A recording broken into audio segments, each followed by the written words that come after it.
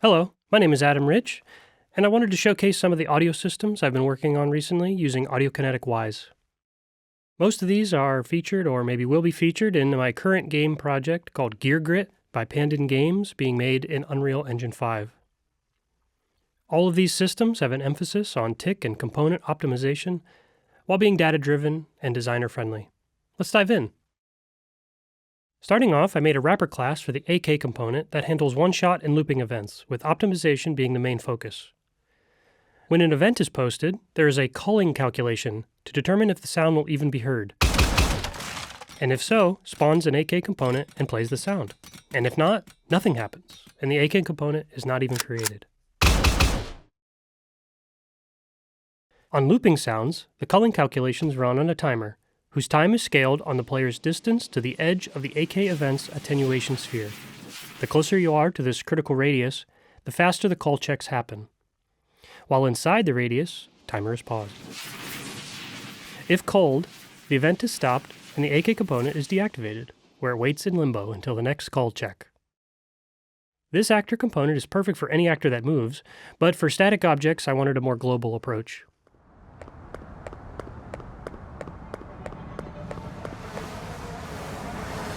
The static Ambience controller lives on a manager actor in the level, and it handles the creation and assigning of AK components, on which runs a set multiple positions call.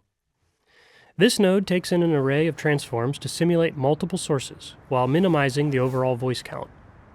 Heavily influenced from the folks at Heart Machine and their runtime static Ambience system, featured in the Wwise Up on Air for Hyperlight Breaker, my system is driven by a data table class that stores transform arrays and AK events.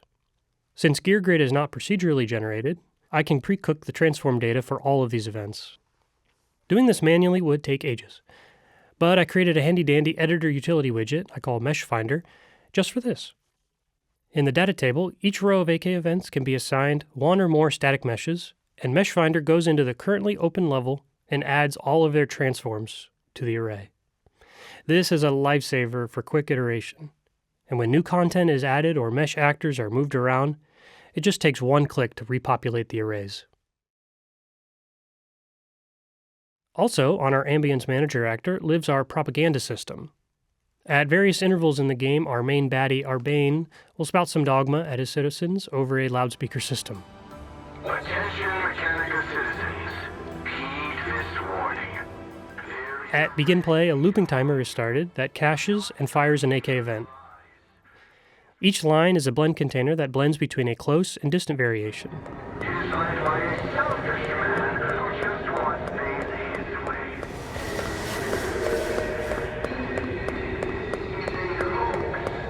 There is no sizable uprising. Added to the random container in Wwise is a switch container of zone-specific lines set by our zone state, as well as mission-specific lines set by a mission state call in our game mode, determined by data table. If a mission is completed that has a corresponding Wwise state, a bespoke mission-specific AK event is injected into the cached AK event.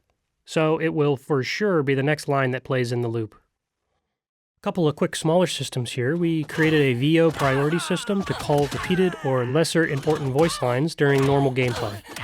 Sometimes you can get spammed with attacks from multiple enemies or from miniguns or turrets. Relying on Wwise's built-in voice calling just wasn't enough, as we needed a system that would limit the amount of hurt reaction vocals and let more important dialogue cut off anything deemed less important. Shit. Ran dry. I'm all out. I'm all out. There is a lot of fighting, action, and music in this game, so I needed to employ a dynamic mixing system to preserve dialogue intelligibility and keep combat feeling punchy and full, even during intense moments in the music. Using a sidechain dynamic EQ technique described by the folks at Larian during their Wwise Up on Air on Baldur's Gate 3, I set up a sidechaining auxiliary structure in the VO and combat bus, which spits out RTPCs from meter plugins that attenuates specific EQ frequencies in the music.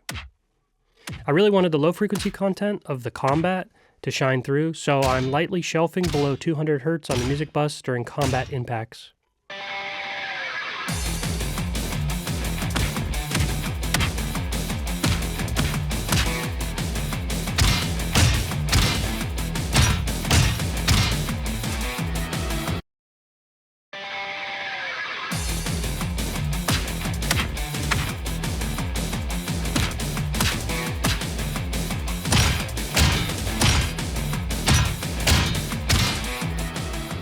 And because music is almost always playing, I'm dynamically reducing some high mids to make room for dialogue and increase intelligibility. Get ready for the next bout!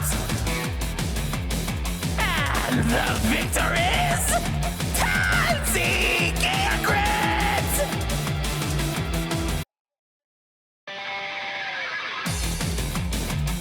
Get ready for the next bout! And the victor is Tansy GearGrit!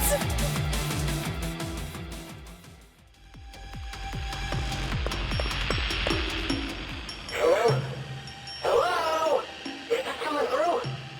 All of our story dialogue pop-ups are driven from these data assets. Who are you? So I made an asset validator to check whether any of the entries in the dialogue array are missing an AK event reference.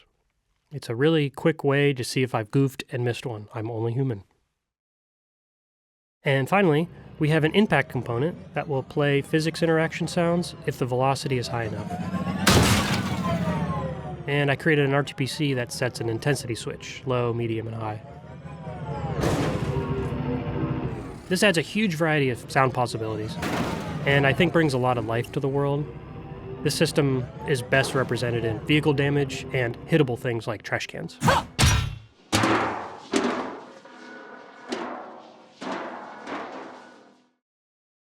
In my personal test environment, I've been working on a few systems inspired by large-scale games like Grand Theft Auto or Cyberpunk 2077, starting with this radio system. So I made a radio transmitter receiver system that was inspired by a blog post on the Audiokinetic website about their radio system on Saints Row 2022. This was my first time using and abusing the set multiple positions node. In the world, there is one or multiple transmitter actors with available radio stations, aka AK components, playing some of my favorite songs. This manager dynamically receives awake dispatches from the receiver scene components in the level with the help of a BPI radio helper interface. Taking in the transforms and current station of the receiver components, it assigns those values to the appropriate station's data asset and does a set multiple positions call on that station's AK component. I figured that you'd only need to call set multiple positions for receivers inside the predetermined attenuation range, as this function isn't really meant for tick, and you wouldn't need to update locations for an object you couldn't even hear. For optimization purposes, I separate static and movable receivers based on their owner's actor mobility, and I weed out any movable receivers that are out of range before calling the function. This system also included some rudimentary player interaction, like the ability to change the station and simulating entering and exiting vehicles. So you two, dig up dinosaurs? I made a full video on this system already on my YouTube channel, so check that out if you're interested in the finer points of that system.